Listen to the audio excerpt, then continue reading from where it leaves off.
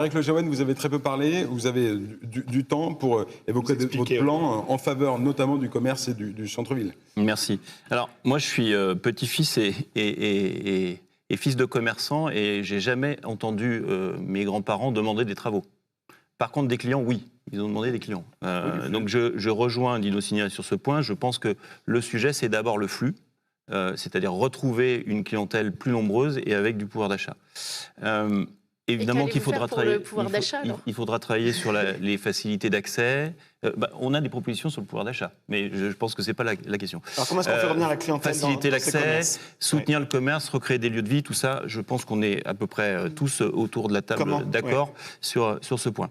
Moi, je pense que quand on parle d'attractivité, et je veux poser une question aujourd'hui qui est intimement liée au centre-ville, parce que c'est ce qui attire les gens dans notre ville à Saint-Étienne, c'est l'AS Saint-Étienne.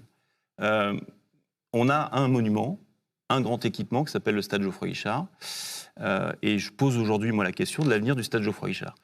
En 2030, la convention de location du stade s'arrête. Elle a été négociée en 2018 jusqu'en 2030. Et donc, en plein milieu du mandat qui va venir, on aura à prendre une décision sans débat démocratique sur l'avenir du stade. Et l'avenir du stade et de sa relation avec les Stéphanois et Stéphanoises.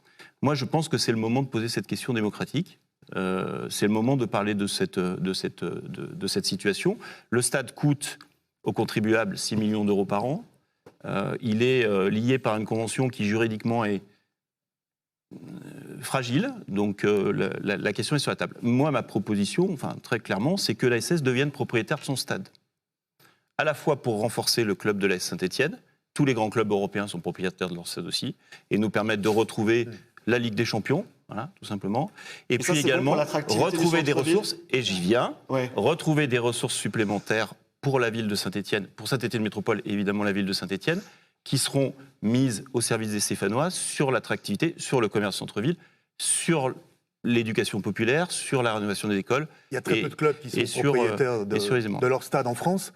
Il faudrait s'assurer que la SSE est vraiment désireux d'acquérir ce stade. C'est fait. Et c'est quand même le patrimoine aujourd'hui historique et immatériel de Saint-Étienne. Oui. Imaginez un référendum pour quelque chose comme ça ? Oui, non, mais moi j'ouvre le débat démocratique. C'est le moment d'en parler. Je pense que si on en parle après les élections, c'est un peu trop tard. Mais avec la France Insoumise, il y aura du débat démocratique tout le long du mandat, pas seulement au moment des élections. Et pour répondre à M. Jonico, il le sait très bien, le Red Star, qui est un club populaire, a acquis Saint-Ouen en 2021, et Lens a acquis son club, a acquis son stade, le stade Bollaert, l'année dernière.